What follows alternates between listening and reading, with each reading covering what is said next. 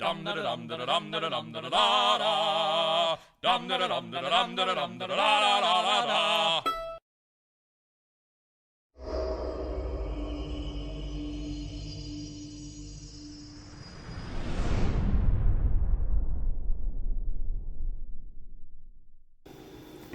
Okay, this is the final on the egg plane for the group build.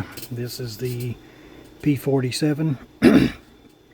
I kind of just disregarded the paint schemes that was on it, or that they suggested. I used some of the markings from it, like the stars and bars, and I used the FT and the kill logos there.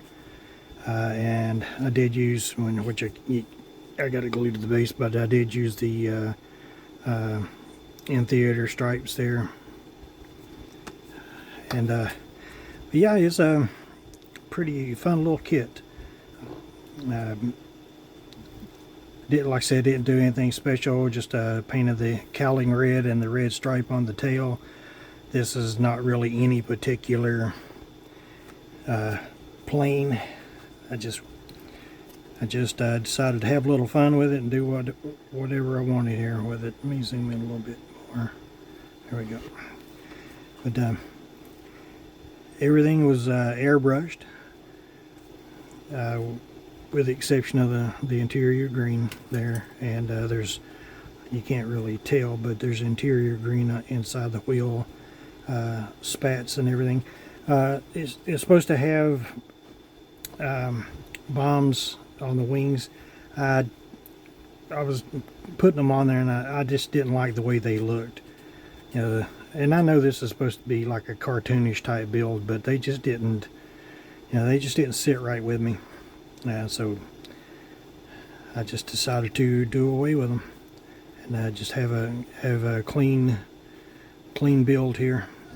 The base, it's an octagon base that I got from the internet, and I 3D printed it, and I kind of flip it over a little bit.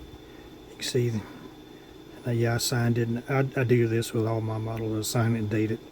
But yeah, 3D printed the base, and then I put just regular Elmer's white glue and water down, and I've got a mixture of, yep, it's right here. And get this stuff on your local corner.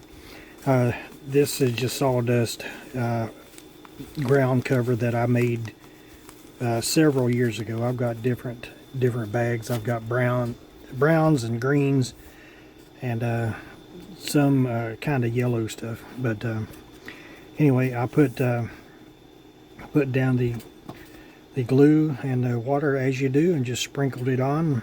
I knew where my little wood base was going to be. In some of the fields, the landing strips, they laid down wood slats to land and take off on, because the fields were so muddy and everything. And that's what I did. These are just popsicle sticks that I stuck together, stained them with some brown washes that I made out of craft paint. Excuse me, made out of craft paint, and then just sealed them with a little bit of Future, and I just cut them, and you can see the jaggedness of them. I didn't want them nice and uniform, because they wouldn't have been. But yep, that's it.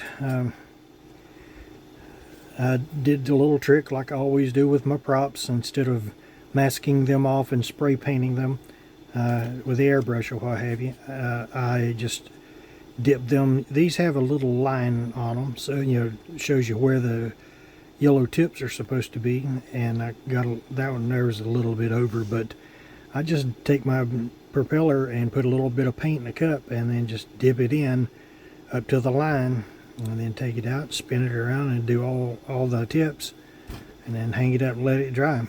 That's how I do those. The technique is, to make the yellow stand out, you mask it off and spray it white, and then come back and hit it with yellow. And my method, I bypass the whole masking and the white paint deal, and just go straight to the yellow, and you see how it turns out.